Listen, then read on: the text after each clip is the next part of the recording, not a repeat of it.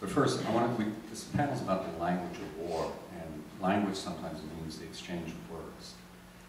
And I remember, as I think I might have shared in my peace studies class, it was 1942. I was born in 1940. And my mother's an Eastern European Jew, and my father's an Eastern European Jew. And I was 2 years old, and I really didn't speak very well at the age of 2. But every night before I went to sleep, for 2 years, I would go into the kitchen and make certain that every gas jet was turned off. Every gas jet was turned off. I couldn't read. My parents tried to protect me from what was going on, but somehow this child is picking up in the atmosphere, okay, in the energy field, that war was going on. So every night I went and turned off the gas jets, and I could not go to sleep until the gas jets were turned off. So I wonder, when we're brought up as, we are, you are, our children are, your kid brothers and kid sisters, when they're brought up in an environment in which we're involved in so many wars, what is being communicated to all of us in ways that we're not aware of? And maybe one of the reasons, we feel kind of depressed sometimes or hopeless, and things are not going to change, and things are so messed up, is that the whole atmosphere is filled with war. And we just kind of take that in. Many years later, I was a college student at City College in New York. It was, I think, 1962 or something along that line. And I had a political science professor who taught me a very important lesson. And the lesson was, and I still remember his words, that the chief threat to any national security bureaucracy is the absence of enemies. And any country that has a large defense department, and let's remember, our defense department was once called the Department of War. So we're talking about language. We went from the Department of War to the Department of Defense. That any country, any society that spends $600 billion a year, or $700 or $800 billion a year on defense, must have enemies. Okay? And as long as we have that reality going on, we're very intelligent, folks who will somehow put together language and culture that justifies that expense right now. And I think hopefully some of you are aware of the current budget discussions with funding this, so on and so forth here. But defense is all sort of off the table. Off the table. Anthony spoke about his war experiences. And Anthony spoke, as we looked at, from his head. But he also spoke from his gut and his heart. And that's one of the reasons that tears were flowing. And I remember when I was going through school, I would read about the Civil War, I'd be taught about it, and read about, thousands, 600,000, 700,000 men killed, read about World War I, where, I don't know, 20, 30 million were killed, Battle of the Somme, in, I think, 3 months, 2 million were killed. We'd be reading about that in class. We'd be taking tests, we'd be writing papers, as if we were discussing what's the chemical reaction of H2O. We were dealing with the subject of war in which human beings are destroyed in every way imaginable. Children are destroyed in every way. Blood and guts everywhere. And all we're dealing with is our heads. And our heads are very powerful, but the rational mind allows us to encapsulate and control anything. And I'm wondering, as I got older, how could I read about children being bombed, young men killing other young men, fathers killing other fathers, and not cry, not get upset?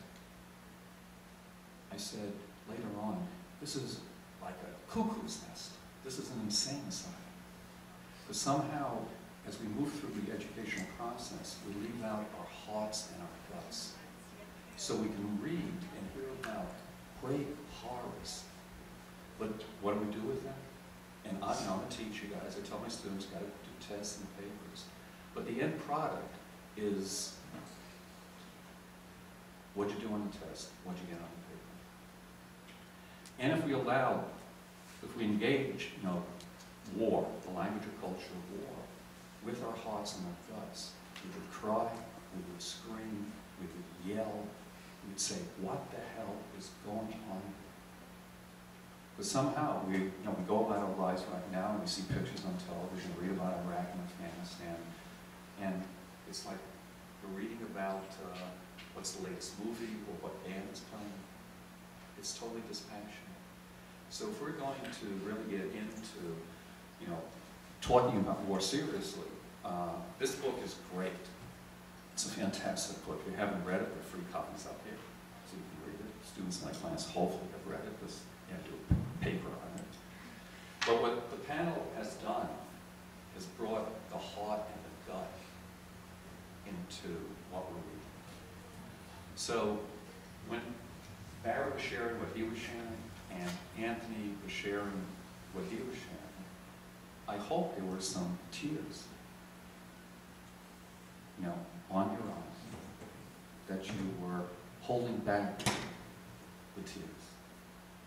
But the next time you reread about something going on in war, whether with your children or with relatives or even on the train or in other public gatherings, I hope you cry.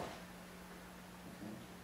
I hope you show by your persona that this needs to stop. And the only way we're going to do it if we include our hearts and minds into the process when we talk about the language and culture of war. And I want to, before we go to questions, I want to read something by Parker Palmer, talking about the educative process. He's a philosopher and educator, and it's from a book which is entitled, To Know as We Are Known, Education as a Spiritual Journey. The minds we have used to divide and conquer. No, I'm going to bear with me. I want to go back to Winston Churchill. I can do it. I want to go back to Winston Churchill. Some of you might not know who he is, but he was the Prime Minister of Britain.